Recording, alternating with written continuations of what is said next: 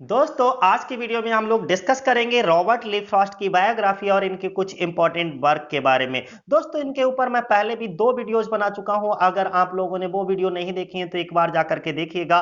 और ये तीसरी वीडियो है रॉबर्ट ली फ्रॉस्ट के बारे में। अभी और 2 वीडियो बनाऊंगा रॉबर्ट ली फ्रॉस्ट के ऊपर। लगभग जब तक आपका क्लियर नहीं हो जाएगा कॉन्सेप्ट रॉबर्ट ली फ्रॉस्ट के बारे में, तब तक मैं रॉबर्ट ली फ्रॉस्ट के पीछे पड़ा रहूंगा। और दोस्तों आप भी जब तक आप रॉबर्ट ली फ्रॉस्ट को अच्छे से जान ना लो, उनके वर्क के बारे में, उनके बारे में, तब तक इनका पीछा मत छोड़ो। क्योंकि यहां से किसी भी राइटर को जब तक पकड़े रहो, जब तक उसको पढ़ते रहो, जब तक आप उस पर आधारित पूछे गए जितने भी क्वेश्चन है उनका आंसर देने के लिए एलिजिबल ना हो जाओ, सक्षम ना हो जाओ, एबल ना हो जाओ दोस्तों। तो चलो शुरुआत करते हैं। आज रॉबर्ट ली फ्रॉस्ट में हम सीखेंगे रणजीत सिंह बुक। और रणजीत सिंह बुक के पूरे पॉइंट उठाए हमने और उनको सबको मैं बहुत बेहतरीन तरीके से हिंदी में एक्सप्लेन करूंगा। दोस्तों आप आज की वीडियो बिल्कुल भी स्किप मत करिएगा क्योंकि आज की वीडियो बहुत ज्यादा इंटरेस्टिंग होने वाली है। चलो गाइस हम लोग शुरुआत करते हैं रॉबर्ट ली फ्रॉस्ट को। सबसे पहले अगर हम रॉबर्ट ली फ्रॉस्ट के बारे में अगर बात करें तो वर्थ। दोस्तों अगर हम इनकी बर्थ के बारे में बातचीत करते हैं तो रॉबर्ट ली फ्रॉस्ट का जो जन्म हुआ था दोस्तों, वो कब हुआ था? ओके, देख 26 मार्च कब हुआ था दोस्तों? जरा एक बार देखिएगा। 26 मार्च 1874 को कहां हुआ था? San Francisco California United State में हुआ था दोस्तों। एक बार फिर मैं रिपीट कर देता हूं कि इनके बारे में बेसिक जानकारी जरूर याद रखिएगा। इनके बर्थ से रिलेटेड बहुत ज्यादा क्वेश्चन पूछे जाते हैं और इनकी बायोग्राफी से भी रिलेटेड, क्योंकि मैं इसके बाद जो वीडियो अपलोड करने वाला हूं वो 2000 से लेकर के अब तक 2016 तक रॉबर्ट फ्रॉस्ट के ऊपर जितने भी क्वेश्चंस दोस्तों पूछे गए हैं उन सभी क्वेश्चंस की वीडियो को मैं यहां पर अपलोड करने वाला हूं। तो चलो दोस्तों मैं फिर से रिपीट कर देता हूं। इनका जन्म जो हुआ था वो 26 मार्च 1874 को San Francisco California United State. एक बार फिर मेरे साथ बोल दो और तब तक बोलो जब तक इनका देता यानी कि जन्मदिन याद ना कर लो, बर्थडे इनका याद ना कर लो। इनका बर्थडे, डेथ, ये सब याद रखो बहुत अच्छे से। 26 मार्च 1874 कहां? San Francisco California United State में दोस्तों। तो दोस्तों अब हम लोग बात करते हैं इनकी मृत्यु की, अर्थात इनकी मृत्यु कब हुई। इनकी मृत्यु दोस्तों 29 जनवरी 1963 को बोस्टन में हुई थी। बोस्टन के मैसाचुसेट्स यूनाइटेड स्टेट में। एक बार मेरे दोस्तों मेरे साथ और बोल दीजिएगा। इनकी डेथ 29 जनवरी 1963 को बोस्टन के मैसाचुसेट्स यूनाइटेड स्टेट में इनकी मृत्यु हो गई। दोस्तों एक बात की मैं सलाह दूंगा कि जब मैं पढ़ा रहा हूं तो एक साथ साथ साथ जैसे मैं बोला करूं उसके साथ उन चीजों को रिपीट जरूर किया करो। अगर आप उन चीजों को रिपीट करोगे तो बेहतरीन तरीके से आपका मन भी लगेगा, ध्यान भी लगेगा। और दोस्तों जितने भी इंपॉर्टेंट पॉइंट हुआ करें उनके नोट्स बनाते चलो, क्योंकि नोट्स आपके हमेशा काम आएंगे। और जितने खूबसूरत, अच्छे, प्यारे, सुंदर नोट्स होंगे उतने ही अच्छे, खूबसूरत और प्यारे ढंग से आपका तैयारी करने में, प्रिपरेशन करने में पीजीटी की मन लगेगा दोस्तों। और जब तक मन नहीं लगेगा तब तक आप पीजीटी को क्रैक नहीं कर सकते। एक पागलपन की हद तक, अर्थात पूरे जुनून के साथ आपको पीजीटी की तैयारी करना है। और इस बार जब भी वैकेंसी आएंगी तो पीजीटी की एक सीट तुम्हारी होगी दोस्तों, वादा करता हूं। तो यहां पर स्टार्ट करते हैं कि अब इनके पेरेंट्स की बात करेंगे दोस्तों। अगर हम इनके पेरेंट्स की बात करते हैं तो पेरेंट्स में इनके पिता का नाम दोस्तों विलियम प्रेस्कॉट फ्रॉस्ट जूनियर था। एक बार फिर रिपीट कर देता हूं, विलियम प्रेस्कॉट फ्रॉस्ट जूनियर था। ये इनके पिता जो थे वो विलियम प्रेस्कॉट फ्रॉस्ट जूनियर, वो जो है ट्यूबरक्लोसिस नामक बीमारी से मर गए थे। और उस समय रॉबर्ट फ्रॉस्ट की उम्र दोस्तों 11 वर्ष थी। यानी कि रॉबर्ट फ्रॉस्ट के सर के ऊपर से पिता का साया बहुत छोटी सी उम्र में ही दोस्तों हट गया। अर्थात भगवान ने इनके पिता को इनको 11 वर्ष की अवस्था में ही इनसे अलग कर दिया। और इनकी माता का नाम दोस्तों इसाबेल मूडी था। इसाबेल मूडी जो है वो बहुत ही फंड ऑफ राइटिंग वर्सेस, यानी कि हम कह सकते हैं दोस्तों कि ये कविताओं को लिखने की बहुत ज्यादा शौकीन थी दोस्तों। तो एक बार फिर रिपीट करते हैं, इनके पिता का नाम विलियम प्रेस्कॉट फ्रॉस्ट जूनियर था। ओके, जिनकी मृत्यु जो है ट्यूबरक्लोसिस नामक बीमारी से हो गई थी। और जब इनके पिता की मृत्यु हुई तो उस समय रॉबर्ट फ्रॉस्ट की उम्र 11 वर्ष थी दोस्तों। इसाबेल और इनकी माता का नाम इसाबेल मूडी था। ओके, जो कि कविता लिखने के लिए ये भी बहुत ज्यादा शौकीन थी। इसके बाद हम बात करेंगे दोस्तों इनके एजुकेशन की, इनकी अल्मा मैटर की। दोस्तों इन्होंने शिक्षा कहां से ली? अल्मा मैटर का मतलब होता है वह स्थान जहां से इन्होंने शिक्षा ग्रहण की। तो इनकी शिक्षा दीक्षा दोस्तों डारमाउथ कॉलेज से हुई थी। और डार्टमाउथ जो कॉलेज था दोस्तों, डार्टमाउथ कॉलेज, यहां से भी इन्होंने कोई डिग्री नहीं ली। इसके बाद ये हार्वर्ड यूनिवर्सिटी में गए थे। और हार्वर्ड यूनिवर्सिटी में ये कौन सी सन में गए थे दोस्तों? 1897 से 1899 तक। बट वहां पर भी इन्होंने वॉलेंट्री जो है इस यूनिवर्सिटी को अपनी स्वेच्छा से छोड़ दिया ड्यू टू इलनेस, और वहां से भी इन्होंने कोई डिग्री नहीं ली दोस्तों। इसके बाद हम बात करेंगे इनके स्पाउस की, अर्थात इनकी वाइफ, इनके जीवन संगनी, जीवन साथी, जिन्होंने कदम से कदम मिलाकर के आगे के जीवन, आगे का सफर जीने का वादा किया था। ओके, तो इनकी वाइफ, इनकी स्पाउस का नाम क्या था? इनकी पत्नी का एलिनॉर मरियम वाइट। और दोस्तों एलिनॉर मरियम वाइट की अगर हम बात करें तो इनसे शादी की थी 1895 में, और एलिनॉर मरियम वाइट की मृत्यु हो गई थी वो 1938 में दोस्तों हो गई थी। एक बार फिर मैं रिपीट कर देता हूं, जरा ध्यान से सुनिएगा। एलिनॉर मरियम वाइट से रॉबर्ट ली फ्रॉस्ट की शादी 1895 में हुई, और इसके बाद दोस्तों 1938 में एलिनॉर मरियम वाइट जो हैं वो उनकी डेथ हो गई, अर्थात वो इनका साथ छोड़ करके, इन अपने हम सफर को छोड़ करके, इस खूबसूरत दुनिया को छोड़ करके चली गई दोस्तों। अगर हम बात करें इनकी कुछ लव स्टोरी की, अगर हम बात कर लें, जब स्पाउस की बात आ गई, एलिनॉर मरियम वाइट से रॉबर्ट ली फ्रॉस्ट मिले कैसे दोस्तों? कहीं ना कहीं इसका ऐसा तो नहीं एक साथ सीधी सीधी शादी हो जाती है, इसके पीछे भी की भी एक लव स्टोरी होती है। तो जरा सुनिएगा। जब रॉबर्ट ली फ्रॉस्ट जो है मेट हिज फ्यूचर लव, आने वाले फ्यूचर लव से ये मिले थे, अर्थात अपनी वाइफ से, जिनका नाम था एलिनॉर मरियम वाइट। ओके, ये दोनों जो है लॉरेंस हाई स्कूल में, सेंट लॉरेंस यूनिवर्सिटी थी दोस्तों, तो वहां पर हाई स्कूल में ये दोनों पढ़ाई करते थे एक साथ ही साथ दोस्तों। और इसके बाद में ये ग्रेजुएशन भी वहीं से करने लगे। कब कह सकते हैं कि एलिनॉर मरियम वाइट 1892 में वहां से, कहां से, सेंट लॉरेंस यूनिवर्सिटी से ग्रेजुएशन कर रही थी, और ये भी वहां पढ़ाई कर रहे थे साथ ही साथ में दोस्तों। तब क्या हुआ कि रॉबर्ट ली फ्रॉस्ट ने 1894 में, मैं जो वर्ड बोल रहा हूं एक एक वर्ड को ध्यान से सुनिएगा, रॉबर्ट ली फ्रॉस्ट ने 1894 में जो है एलिनॉर मरियम वाइट को प्रपोज किया। कब प्रपोज किया दोस्तों? 1894 में। ओके, मुलाकात कब हुई? 1892 में, जब ये ग्रेजुएशन कर रहे थे, कहां? सेंट लॉरेंस यूनिवर्सिटी में। तब दोस्तों इन्होंने 2 सालें एक साथ बीत गई थी। तब 1894 में रॉबर्ट ली फ्रॉस्ट ने एलिनॉर मरियम वाइट को प्रपोज किया। 1894 डेट याद रखिएगा, बार बार मैं कह रहा हूं दोस्तों। ओके, ये घटना है सेंट लॉरेंस यूनिवर्सिटी में, जब इन्होंने प्रपोज किया था।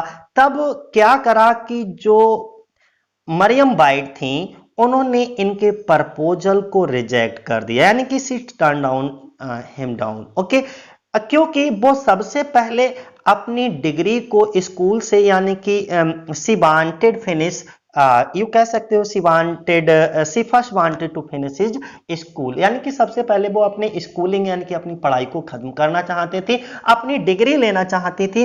ओके, तब जो है उन्होंने कहा कि मैं अभी आपसे जो है शादी नहीं कर सकती, इनके प्रपोजल को रिजेक्ट कर लिया, पहले मैं पढ़ाई करूंगी इसके बाद।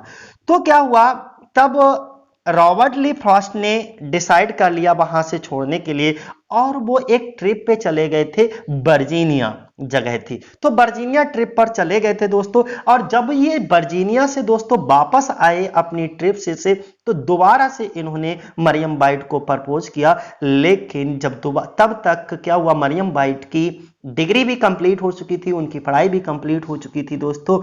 और तभी एलिनॉर मरियम वाइट ने रॉबर्ट ली फ्रॉस्ट का प्रपोजल एक्सेप्ट कर लिया। और दोस्तों 19 दिसंबर को दोस्तों 19 दिसंबर 1895 को दोनों इस प्यारे से खूबसूरत से बंधन में बंध गए दोनों लोग, अर्थात दोनों लोगों ने विवाह कर लिया, शादी कर ली। तो अब इनकी कहानी, इनकी थोड़ी सी लव स्टोरी पता लग गई होगी दोस्तों। इनका ऑक्यूपेशन क्या था? ये एक अमेरिकन पोइट है और प्ले राइट है। अगर मैं बात करूं मेरे दोस्तों, अब अमेरिकन पोइट की बात आ गई तो मुझसे रहा नहीं जाता बिना बताए, 4 राइटर जरूर याद करिएगा दोस्तों। कौन कौन से? रॉबर्ट ली फ्रॉस्ट को, ओके, अर्नेस्ट मिलर हमिंगवे को, और विलियम फॉकनर को, वॉल्ट विटमैन को। पीजीटी में इनसे रिलेटेड जरूर, अगर अमेरिकन राइटर, अमेरिकन लिटरेचर को आप तैयार कर रहे हो, प्रिपरेट कर रहे हो, ओके, तो ये 4 राइटर आपको प्रिपरेशन में करना ही करना है दोस्तों। ये 4 राइटर के नाम आपके उंगलियों पर, ओके, याद होना चाहिए। Finger on tips, you have to learn the 4 writers. कौन कौन से दोस्तों? एक बार फिर मेरे साथ नाम ले लीजिएगा। Robert Lee Frost, Ernest Miller Hemingway, William Faulkner, Walt Whitman दोस्तों, ओके। और ये साथ ही साथ एक प्ले राइटर भी थे दोस्तों। अब हम आगे बात करेंगे। इनके ऑक्यूपेशन की तो बात हो ही गई थी दोस्तों, इनके स्पाउस की भी बात हो गई थी, ओके। ये एक अमेरिकन पोइट हैं और प्ले राइट भी हैं। अब हम बात करते हैं इनको ऑनर्स की बात करते हैं। तो जरा देखिएगा इनको ऑनर्स की अगर हम बात करें दोस्तों, तो यूनाइटेड स्टेट्स पोइट लॉरेट इनको 1961 में किया गया। फिर रिपीट करता हूं, यूनाइटेड स्टेट के पोइट लॉरेट इनको कब बनाया गया? 1961 में। और he won the Pulitzer prize for his poetry 4 times. इन्होंने अपनी पोएट्री के लिए 4 बार पुलित्जर प्राइज जीता। मोस्ट इंपॉर्टेंट पॉइंट दोस्तों, नोट कर लीजिएगा, भूलना नहीं, अपने दिमाग में भी इसको फीड कर लीजिएगा, ओके, कि इन्होंने 4 बार पुलित्जर प्राइज जीता दोस्तों, लेकिन एक भी बार इनको नोबेल प्राइज नहीं मिला। लेकिन एक बात और इनके बारे में ध्यान रखिएगा कि 31 बार दोस्तों इनको नोबेल प्राइज के लिए नॉमिनेट किया गया, बट एक भी बार इनको फाइनली नोबेल प्राइज नहीं मिला। और इनको दोस्तों कांग्रेसनल अवार्ड से भी नवाजा गया दोस्तों। इसके बाद मैं बात करता हूं, जो इनको पुलित्जर प्राइज मिला था, Pulitzer prize for his poetry 4 times, इनको अपनी पोएट्री के लिए 4 बार जो है पुलित्जर प्राइज मिला, वो किसके लिए मिला था दोस्तों और कब कब मिला था? इनकी डेट जरा देख लीजिएगा, ओके। चाहो तो आप स्क्रीनशॉट ले सकते हो इसको बेहतर तरीके से समझने के लिए, ओके। 1924 के न्यू हैम्पशायर में, न्यू हैम्पशायर के लिए कब मिला था? 1924 में। 1931 में दोस्तों इनको दिया गया था इनकी कलेक्टिव पोएम्स के लिए, और 1937 में इनको एक पोएम आई थी अ फर्दर रेंज, उसके लिए इनको पुलित्जर प्राइज से नवाजा गया। और फाइनली 1943 में इनको चौथी बार जो है नोबेल प्राइज पुलित्जर प्राइज से नवाजा गया, और किसके लिए? विटनेस ट्री के लिए। एक बार फिर से 24, 31, 37, 43 याद रखिएगा। किसको याद रखोगे? 24, 31, 37, 43 को याद रखिएगा दोस्तों। और दोस्तों इसके बाद फिर एक बार मेरे साथ और रिपीट कर लिए, 1924 में किसके लिए मिला? न्यू हैम्पशायर के लिए, 1931 में कलेक्टेड पोएम्स के लिए, 1937 में अब फर्दर रेंज के लिए, 1943 में अब विटनेस ट्री के लिए। दोस्तों रॉबर्ट ली फ्रॉस्ट से संबंधित आपके दिमाग में कोई भी क्वेश्चन हो, प्लीज कमेंट बॉक्स में जरूर दो, ओके। कोई भी रिलेटेड क्वेश्चन, इंपॉर्टेंट क्वेश्चन, इनके बारे में कोई फैक्ट हो तो प्लीज हमको जरूर बताओ कमेंट बॉक्स में, ओके, जब भी आप इस वीडियो को देख रहे हो। नेक्स्ट इनके बच्चे दोस्तों, इनके 6 बच्चे थे, ओके। इनके कितने बच्चे थे दोस्तों? टोटल 6, यानी कि हम कह सकते हैं एलिनोर मरियम वाइट और रॉबर्ट ली फ्रॉस्ट से 6 बच्चे हुए, और उन 6 बच्चों के नाम थे, पहले का नाम दोस्तों इलियट था, दूसरे का नाम लेस्ले था, तीसरे का कैरोल, इरमा, और मार्जोइक, एलिनोर बेटिना। ये 6 नाम हैं दोस्तों उनके बच्चों के। फिर से एक बार रिपीट कर देता हूं, इलियट, लेस्ले, कैरोल, इरमा, मार्जोइक, एलिनोर बेटिना, ओके। ये इतने थे। अगर मैं इनमें बात करता हूं दोस्तों कि कैरोल की अगर मैं बात करता हूं, तो दोस्तों ये जो कैरोल था, ये सन था उनका, एक पुत्र था Carol, okay, who would committed suicide in 1940, और जो कि दोस्तों 1940 ईस्वी में क्या कर लेता है? सुसाइड कर लेता है। कौन? कैरोल दोस्तों। इसके बाद में अगर हम बात करते हैं कि इनके जो है इतने सारे 6 बच्चों में से कुल एक ही बच्चा लेस्ले ही सरवाइव कर पाया, और ज्यादा दिनों तक कोई बहुत ज्यादा सरवाइव दोस्तों नहीं कर पाया।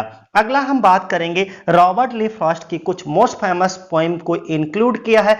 इन पोएम से ही रिलेटेड आपके पीजीटी में क्वेश्चन उठता है, जरा देखिएगा। सबसे पहला हमारा कौन सा है दोस्तों?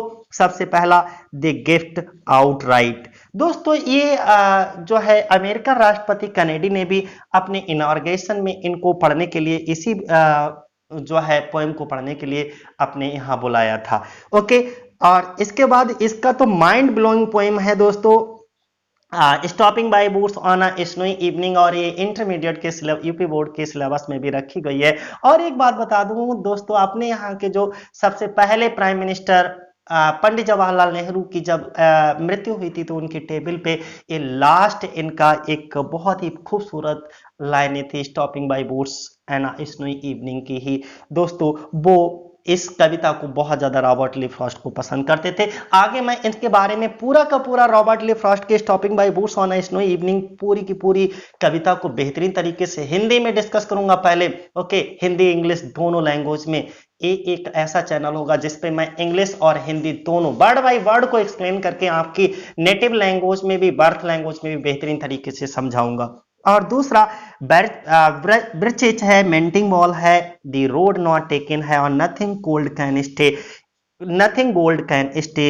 ये इनकी कुछ मोस्ट इंपॉर्टेंट दोस्तों पोएम्स थी। फिर एक बार रिपीट कर देता हूं, the gift outright, stopping by woods on a snowy evening, birches, mending wall, the road not taken, nothing gold can stay. ये इनकी कुछ मोस्ट इंपॉर्टेंट, इनको याद बनाए रखिएगा। इनके कुछ नोटेबल वर्क में अगर मैं बात करूं, अ बॉयज विल और नॉर्थ ऑफ बोस्टन थी। ओके, द बॉयज विल और कौन सी दोस्तों, नॉर्थ ऑफ बोस्टन। एपिथाफ, जब ये मरे थे दोस्तों तो इनकी कब्र पर, जब इनकी डेथ हुई तो इनकी कब्र पर दोस्तों इन्हीं की पोएम के, इन्हीं की कविता के ये अंतिम कविता के लास्ट पैराग्राफ के अंतिम लाइनें दोस्तों लिखी गई हैं। I had a lovers quarrel with the world. तो ध्यान रखना, कभी कभी पूछ लेते हैं कि रॉबर्ट ली फ्रॉस्ट की कब्र के ऊपर अंकित शब्द कौन से हैं। तो एपिथाफ का मतलब होता है कब्र पर अंकित शब्द। ध्यान रखना दोस्तों, एपिथाफ का मतलब क्या होता है, कब्र पर अंकित शब्द। और रॉबर्ट ली फ्रॉस्ट की कब्र पर कौन से शब्द अंकित हैं, ये वाले, I had a lovers quarrel with the world दोस्तों। अगला हम बात करेंगे, अब इनके एक एक फैक्ट को जान लीजिएगा दोस्तों। इनका फैक्ट क्या है, Robert Lee Frost got the Medal of Honor from the Congress of the United States when he was 86 year old। जरा समझिएगा, रॉबर्ट ली फ्रॉस्ट को मेडल ऑफ ऑनर दोस्तों कब मिला था, the Congress of the United states से, जब इनकी उम्र दोस्तों 86 वर्ष की थी। और he is known as American grand old man of poetry. A point भी मोस्ट इंपॉर्टेंट है, इनको दोस्तों American grand old man of poetry के नाम से भी जाना जाता है। जैसे अपने यहाँ महात्मा गांधी को कई सारे नामों से बापू के नाम से पुकारते हैं। ओके, कभी कुछ, कब महात्मा। ओके, तो ये बहुत सारे नामों से हम लोग पुकारते हैं, जैसे कि उपनाम होते हैं, उन्हें उपनाम। तो इनको भी अमेरिका में दोस्तों grand old man of poetry के नाम से जाना जाता है। अब Robert Lee Frost fell in love with a girl, एक लड़की से ये प्यार करने लगे। इनकी पूरी की पूरी लव स्टोरी को मैं बता ही चुका हूं, एलेनोर मरियम बाइट से ये प्यार करने लगते हैं। Who was his class fellow in the school, school में इनकी क्या होती है, क्लास फेलो होती है। और he married her on December 19 यानी कि 19 दिसंबर 1895 को वो एलिनोर मरियम बाइट से क्या कर लेते हैं, शादी कर लेते हैं। आउट ऑफ 6 इनके टोटल बच्चे कितने थे, 6, और 6 के नाम आपको याद होना चाहिए। मैं कभी भी पूछ सकता हूं दोस्तों, वो तो ये कहो लाइव क्लास नहीं हो रही है, नहीं तो बीच बीच में मैं पीछे से भी पूछता चलूंगा आपसे। ओके, कि इनके 6 बच्चों में से पहले का नाम क्या था, इलियट। ध्यान रखना, only one daughter okay Lesley survived, और उनमें से जो लेस्ली थी दोस्तों वही सरवाइव कर पाई थी। ओके, फिर से हम बात करते हैं, लेस्ले भी कह सकते हैं, लेस्ली, जो कि सरवाइव कर पाई। और इनकी वाइफ की दोस्तों मृत्यु हो गई थी, वो कब हुई थी, 1938 ईस्वी में दोस्तों। तो चलो अब फर्स्ट पॉइंट अब से लेकर के 20 पॉइंट्स को मैं डिस्कस करूंगा आपके साथ। और पहले पॉइंट को इनकी survey of the author's life, लेखक के जीवन का पूरा सर्वे करके देखेंगे यहां पर दोस्तों। आप बिल्कुल भी टेंशन मत लीजिएगा। इनका पहला पॉइंट जरा समझिएगा यहां से कि हिज फादर, उनके पिता, हिज फादर, उनके पिता विलियम प्रेस्कॉट जूनियर एक शिक्षक थे। ध्यान से समझिएगा, उनके पिता विलियम प्रेस्कॉट जूनियर एक शिक्षक थे। Okay later an editor of San Francisco evening, और इसके बाद दोस्तों वो सैन फ्रांसिस्को इवनिंग में एक एडिटर बन गए। ओके कौन बन गए दोस्तों? एडिटर। फिर रिपीट कर देता हूं, इनके पिता विलियम प्रेस्कॉट फ्रॉस्ट जूनियर एक शिक्षक थे और बाद में San Francisco okay evening bulletin के जो है संपादक थे। इवनिंग बुलेटिन के क्या थे दोस्तों? संपादक थे। अब नेक्स्ट हम बात करेंगे अस एन अनसक्सेसफुल, और ये असफल कैंडिडेट हुए for a city tax collector his mother, और इन्होंने सिटी टैक्स कलेक्टर के लिए अप्लाई करा था और वहां पर इनको अनसक्सेसफुल कैंडिडेट घोषित किया गया था। अर्थात हम कह सकते हैं दोस्तों, और सिटी टैक्स कलेक्टर में वो असफल उम्मीदवार बने। उनकी मां इसाबेल मूडी एक स्कॉटिक आप्रवासी थी जो कि एक शिक्षिका थी, और हिज मदर इसाबेल मूडी जो थी वो एक स्कॉटिक इमिग्रेंट थी, वाज अ टीचर, और ये भी पेशे से क्या थी? टीचर थी, लेकिन इनको पोएट्री भी लिखना बहुत ज्यादा पसंद था दोस्तों। इसके बाद हम बात करेंगे हिज फादर, उनके पिता वांटेड चाहते थे okay to name his son. अब इनका नाम रॉबर्ट ली फ्रॉस्ट कैसे पड़ा दोस्तों? मैं इसकी थोड़ी सी हिस्ट्री बताता हूं। अर्थात इनका नाम रॉबर्ट ली फ्रॉस्ट के बारे में देखिए, समझिएगा। After general Lee but his mother was a poetess, so he wanted to name her son Robert after Robert once a greatest poet of Scotland, so as a compromise the son was named Robert Lee Frost। जरा समझिए मेरे दोस्तों, उनके पिता, एक एक word को हिंदी में एक्सप्लेन कर रहा हूं, उनके पिता अपने बेटे का नाम जनरल ली के नाम पर रखना चाहते थे। उनके पिता कौन? रॉबर्ट ली फ्रॉस्ट के पिता जो है प्रेस्कॉट फ्रॉस्ट जूनियर जो थे, वो अपने बेटे का नाम जो है वो जनरल ली के नाम पर रखना चाहते थे, लेकिन उनकी मां एक कवित्री थी, इसीलिए वह स्कॉटलैंड के सबसे बड़े कवि रॉबर्ट वंश के नाम पर अपने बेटे का नाम रॉबर्ट रखना चाहती थी। इसीलिए दोनों के मध्य एक समझौता हुआ और समझौते के रूप में बेटे का नाम रखा गया दोस्तों रॉबर्ट ली फ्रॉस्ट। समझ आ गया होगा अच्छे से। और अगला हम बात करते हैं after the death of Frost father, यानी कि पिता की मृत्यु के बाद ऑन। अब इनके पिता की कब मृत्यु हुई? 5 मई 1885 को। फिर रिपीट करते हैं, यानी कि 5 मई 1885 को रॉबर्ट ली फ्रॉस्ट के पिता की मृत्यु के बाद परिवार लॉरेंस के मैसाचुसेट्स में चला गया। पूरा का पूरा द फैमिली मूव्ड, कहां चली गई? Moved across the country to Lawrence Massachusetts, Lawrence के मैसाचुसेट्स में रहने के लिए चली गई। Frost graduated from the Lawrence, अभी अभी हमने बताया था जहां पर इनको अपनी प्रेमिका मिली थी, ओके, अपनी प्रेमिका से प्रेम हुआ था, Lawrence, saint Lawrence university. Okay, Frost graduated, Robert Lee Frost ने ग्रेजुएटेड किया from Lawrence high school okay in 1892। इसके बाद ही अटेंडेड डार्टमाउथ कॉलेज, यानी कि सबसे पहले दोस्तों ये लॉरेंस हाई स्कूल में इन्होंने ग्रेजुएशन किया 1892 में। इसके बाद ये डार्टमाउथ कॉलेज फॉर 2 मंथ, 2 महीने के लिए दोस्तों ये डार्टमाउथ कॉलेज में भी गए। एक बार फिर मैं रिपीट कर देता हूं, देखो एक एक चीज को बार बार लिखते चलो, अपना नोट्स बनाते चलो। ओके, 5 मई 1885 को रॉबर्ट ली फ्रॉस्ट की पिता की मृत्यु के बाद परिवार लॉरेंस के मैसाचुसेट्स में चला गया। फ्रॉस्ट ने 1892 में लॉरेंस हाई स्कूल से स्नातक किया। उन्होंने 2 महीनों तक डार्टमाउथ कॉलेज में पढ़ाई की दोस्तों। 1894 में क्या हुआ दोस्तों इनके साथ? इन 1894 ही sold his first poem my butterfly, यानी कि एक क्वेश्चन पूछा जाता है, इनकी सबसे पहली पोएम माय बटरफ्लाई जो कि एक इलेजी थी, ओके, इन्होंने $15 में बेच दी थी। किसको दोस्तों? न्यूयॉर्क इंडिपेंडेंट के लिए, और जो कि वहां पर पब्लिश हुई थी दोस्तों 8 नवंबर 1894 को। ओके, जो कि अब के कितने डॉलर होंगे दोस्तों, 409 लगभग, कोई क्लियर नहीं है लेकिन लगभग इतने डॉलर होंगे दोस्तों। तो चलो, एक आपको समझ आ गया होगा कि 1894। मेरे दोस्तों, मेरे साथियों, एक बात जरूर ध्यान रखिएगा कि डेट, यानी कि कौन सी डेट में इनके साथ कौन सी घटना घटी, अर्थात the timeline of Robert Lee Frost. Robert Lee Frost की टाइमलाइन जरूर याद रखिएगा। मैं कुछ इंपॉर्टेंट टाइमलाइन के ऊपर अलग से भी वीडियो बना दूंगा अच्छे से, ओके, लगभग 4-5 मिनट की होगी, उसे भी देख लीजिएगा।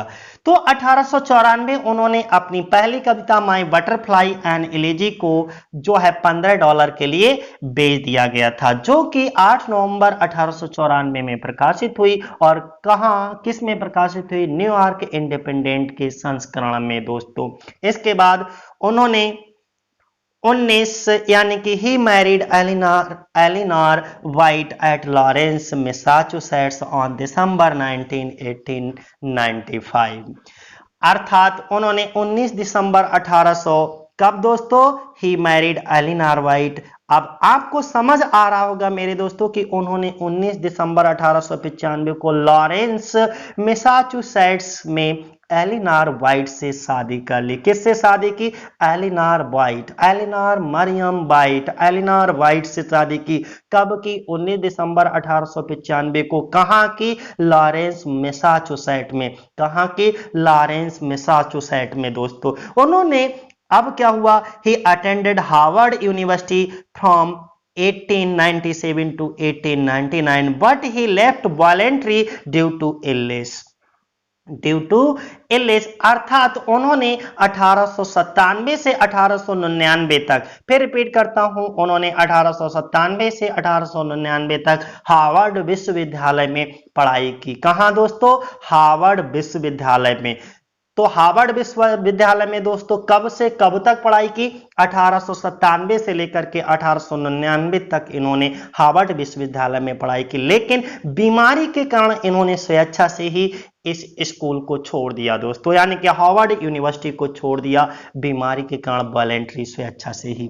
ओके, उनकी मां की मृत्यु दोस्तों जो है, his mother died of cancer. इनकी मां जो है वो कैसे, his mother died of cancer, यानी कि कैंसर से मृत्यु हो गई थी। और कब हुई, 1900 ईस्वी में। उनकी मां की मृत्यु 1900 ईस्वी में कैंसर से हो गई दोस्तों। इसके बाद हम बात करेंगे, he return to the field of education.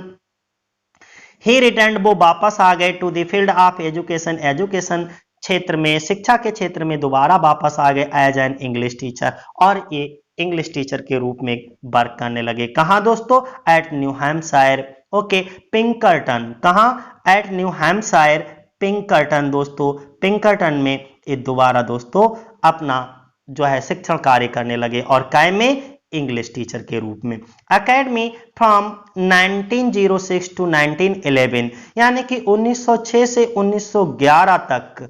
Then at a New Hampshire normal school, now Plymouth State University in Plymouth, New Hampshire। तो आपको अब समझ आया होगा मेरे दोस्तों, समझिएगा कि वह 1906 से 1911 तक न्यू हैम्पशायर के पिंकरटन अकादमी में एक अंग्रेजी शिक्षक के रूप में शिक्षा के क्षेत्र में वापस आए, रिटर्न आए, फिर से शिक्षण कार्य करने लगे। फिर न्यू हैम्पशायर के पाममाउथ में न्यू हैम्पशायर नॉर्मल स्कूल अब जो है किस नाम से है, प्लायमाउथ स्टेट यूनिवर्सिटी में कन्वर्ट हो चुका है दोस्तों। उसमें ये शिक्षण कार्य करने लगे। और इन सितंबर 1912 यानी कि 1912 में ही सेल्ड, ये कहां चले गए, विद हिज फैमिली, अपने पूरे परिवार के साथ, टू ग्रेट ब्रिटेन चले गए। सेटलिंग फर्स्ट, और अपने आप को सेटल कर लिया। कहां सेटल किया सबसे पहले दोस्तों, Beaconsfield, a small town outside London. क्या बात है दोस्तों, हर एक वर्ड को एकदम अपने दिमाग में बसा लेना। कुछ भी क्वेश्चन आए पीजीटी में, बस मिस नहीं होना है, गलत नहीं होना है, इस सोच के साथ हमको तैयारी करना है दोस्तों। तो क्या हुआ कि उनकी सितंबर 1912 में वह अपने परिवार के साथ ग्रेट ब्रिटेन चले गए। पहले लंदन के बाहर एक छोटे से शहर बीकन्सफील्ड, फिर रिपीट करता हूं, ओके, किसका नाम? बीकन्सफील्ड, यानी कि वो जगह का नाम क्या था? बीकन्सफील्ड। कहां थी? एकदम लंदन के बाहर एक छोटा सा कस्बा है बीकन्सफील्ड, वहां पर जाकर के ये दोस्तों बस गए, रहने लगे। और his first 2 poetry volume were published in London.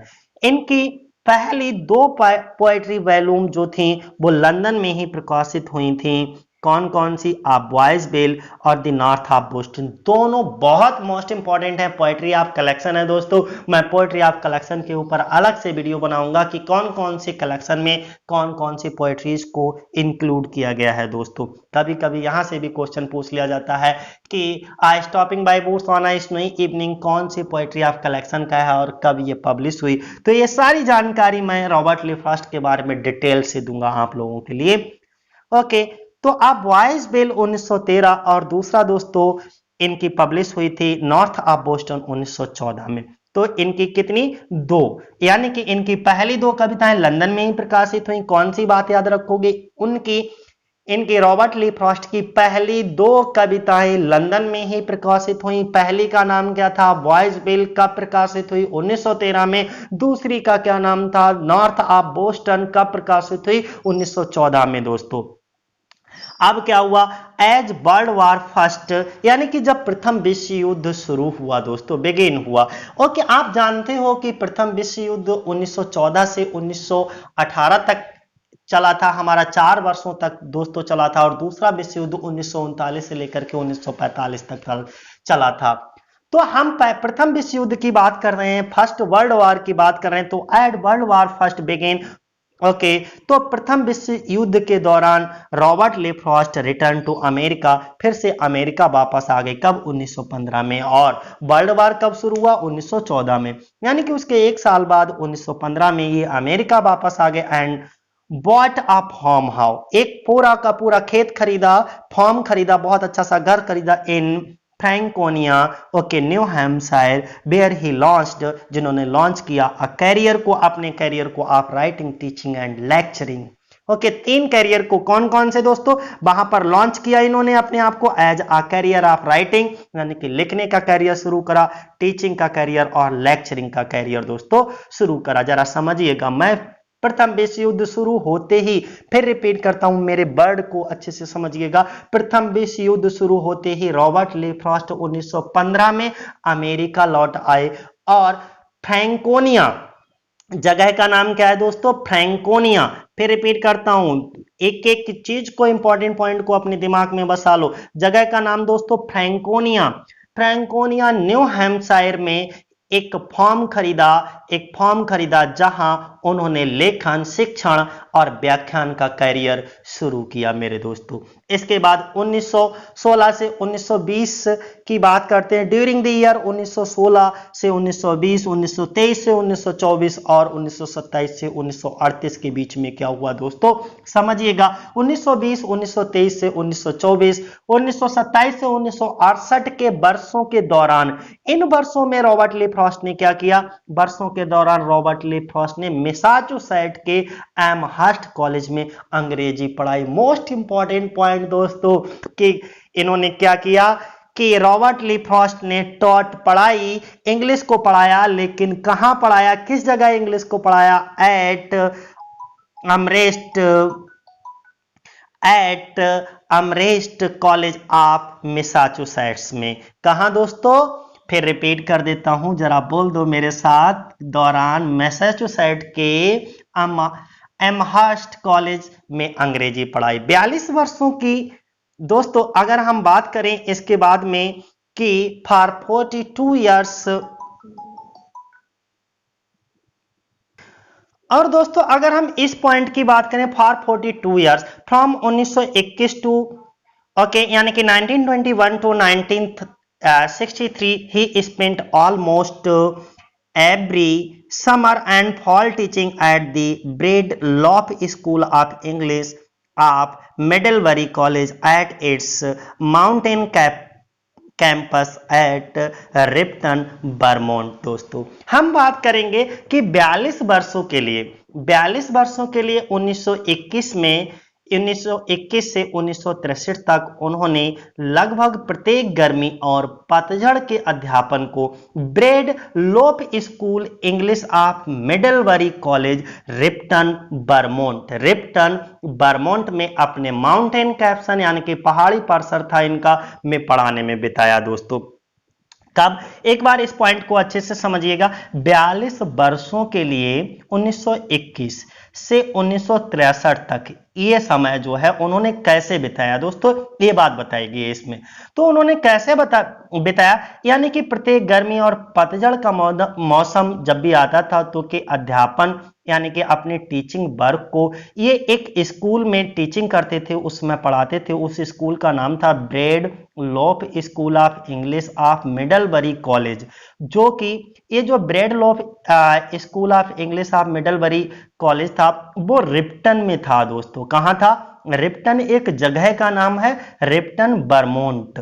फिर रिपीट करता हूं, रिप्टन बर्मोंट में अपने माउंटेन, एक इनका कई सारी ब्रांचेस थी, उसमें एक पहाड़ी यानी कि माउंटेन कैंपस था, उसको वहां पर इन्होंने पढ़ाने में बिताया था दोस्तों। अगला हम बात करेंगे 1921 में, यानी कि 1921 में इन्होंने दोस्तों he accepted a fellowship teaching post at the university of Michigan Ann Arbor where he resided until 1927 when he returned to teach at अमरहेस्ट।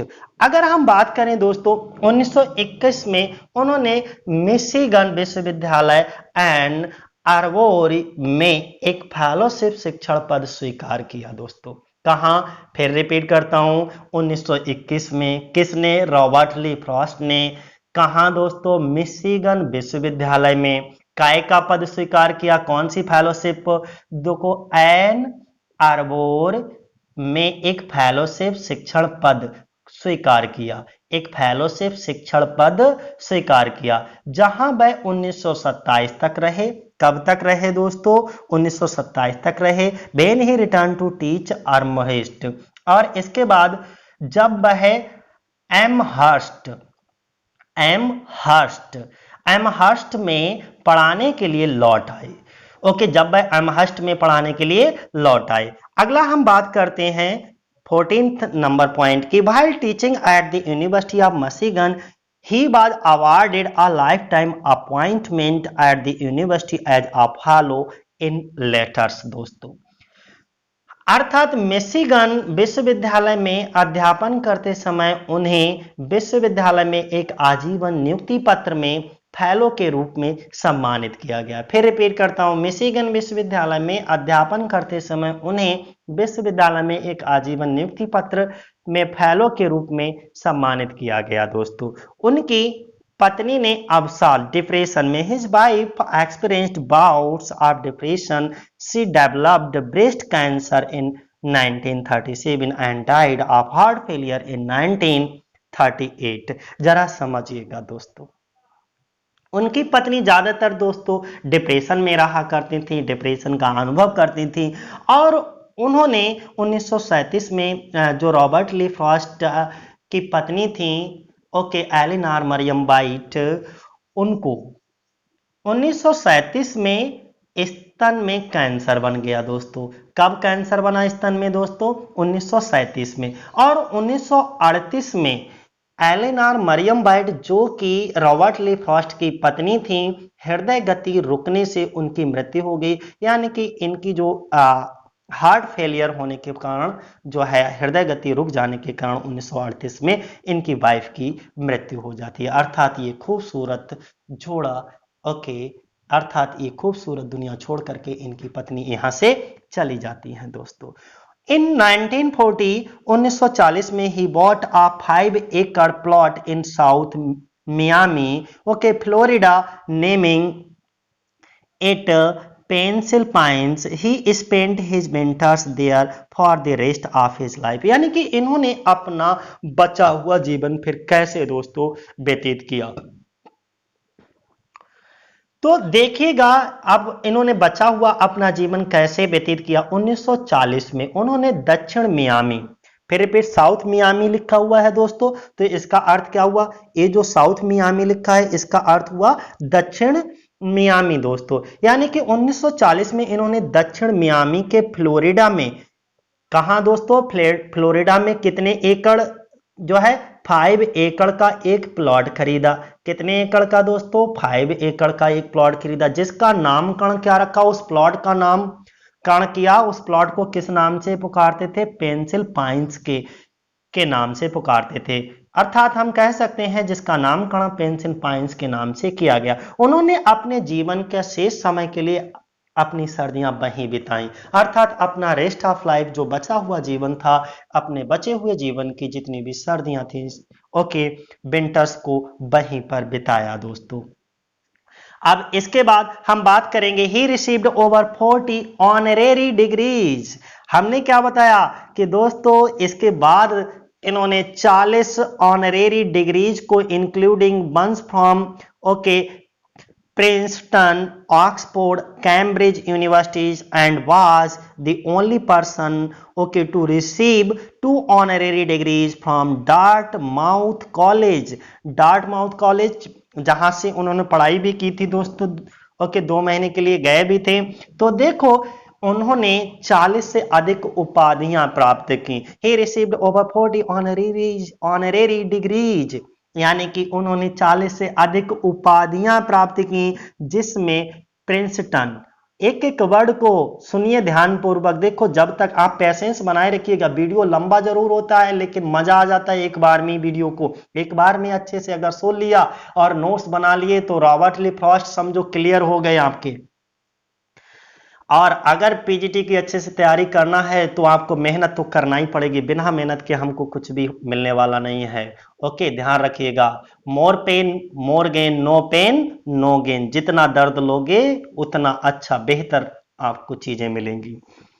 तो दर्द उठाइए पढ़ाई करने के लिए। अर्थात उन्होंने 40 से अधिक उपाधियां प्राप्त की, जिसमें प्रिंसटन, कौन सा क्या नाम लिया हमने?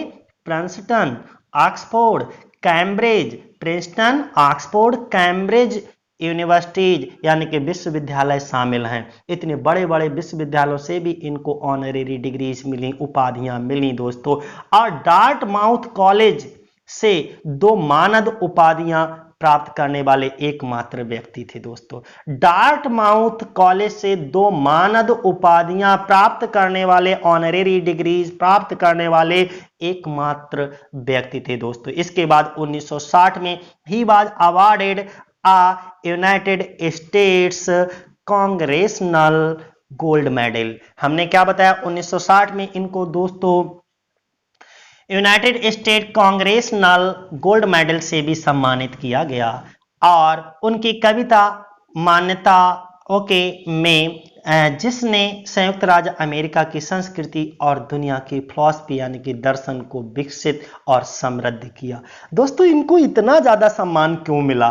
क्योंकि दोस्तों इन रिकग्निशन ऑफ हिज पोएट्री, अगर हम इनकी पोएट्रीज को पढ़ते हैं, समझते हैं, देखते हैं, अपने जीवन में उतारते हैं, तो बहुत कुछ सीखने को मिलता है रॉबर्ट ली फ्रॉस्ट से, उनके विचारों से दोस्तों। इसीलिए इनको इतना ज्यादा सम्मान मिला, दुनिया में इतना ज्यादा लोगों ने चाहा इनको। Which was enriched the culture of the United States and the philosophy of the world, जिसने philosophy of the world और जो यूनाइटेड स्टेट्स का कल्चर था, संस्कृति था, उसको एक अलग ही पहचान दिला दी, उसको बहुत ज्यादा एनरिच किया, समृद्ध किया, बहुत ऊंचाइयों तक लेकर गए रॉबर्ट ली फ्रॉस्ट दोस्तों।